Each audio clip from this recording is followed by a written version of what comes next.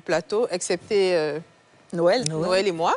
Quel a été votre sentiment lorsque vous êtes devenue maman pour la première fois?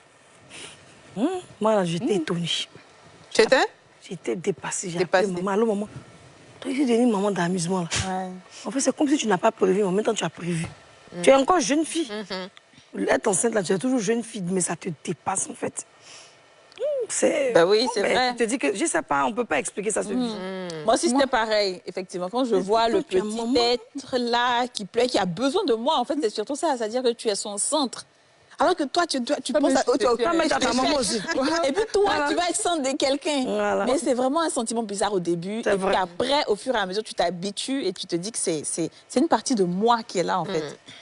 Wow. Le premier réflexe que j'ai eu à la maternité, après avoir accouché, les 1 heure de temps à passer, on te demande d'allaiter le bébé. Donc la sage est venue, elle m'a demandé, ça va, tu te sens bien, tu n'as pas de vertige? Faut donner la tête au bébé. Je suis sautée, j'ai dit, moi? Elle dit, tu voulais que ce soit moi qui fasse ça? Franchement. Parce que je n'avais pas encore réalisé que j'étais maman. Il y a toujours ce truc-là, hein, Aurélie, et toi? Oui. Quand j'ai vu mon enfant pour la première fois, il était dans ma main comme ça. Je regardais l'enfant là, genre...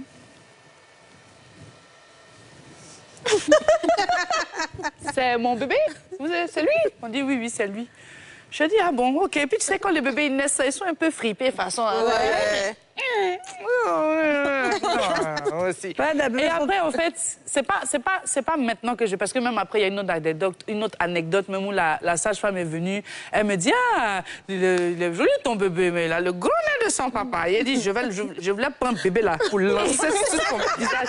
Tout moi, il vient de souffrir 9 mois. Et puis, l'enfant est né, non? C'est maintenant que tu vois, c'est tellement paradoxal parce que le premier né, il avait la tête de son père et quand il est grandi, maintenant, il a pris ma tête. Et l'autre, le deuxième, c'était ma tête et maintenant la tête de son papa.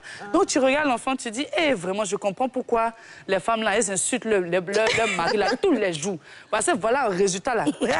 Voilà le résultat. Mais par contre, là où on me l'a enlevé, j'étais fatiguée, tu vois, donc j'avais pas encore réalisé. Là où j'ai vraiment réalisé que j'étais maman, c'est quand j'étais toute seule. Je me suis reposée et après on m'a envoyé le bébé dans la chambre. Et là, la première fois que je le prends, on me l'a laissé toute seule et j'étais comme ça. Et là, je l'ai pris. Et là, je l'ai donné à tété pour la première fois. Et c'est là que c'est ce moment-là où tu regardes le Seigneur et puis tu lances en fait toutes seules les bénédictions. Quoi. Tu es là, tu commences à réaliser que c'est ton enfant et tu demandes à Dieu de le protéger, de faire tout qu'il grandisse en paix, qu'il ait longue vie, que ce soit lui qui t'enterre.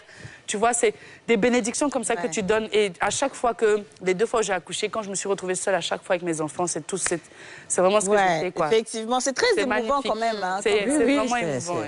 Ça ne peut pas s'expliquer parce que tu te dis que vraiment, à moi, Dieu a donné un enfant. Je t'ai dit. Et puis tu regardes l'enfant. On ne sait pas comment exprimer ça.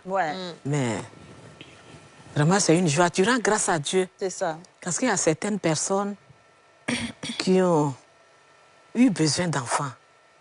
Matériellement, socialement, ils sont assis, mais ils n'ont pas eu d'enfants. Mais à moi, Dieu m'a fait la grâce d'avoir un enfant. Vraiment, c'était une joie pour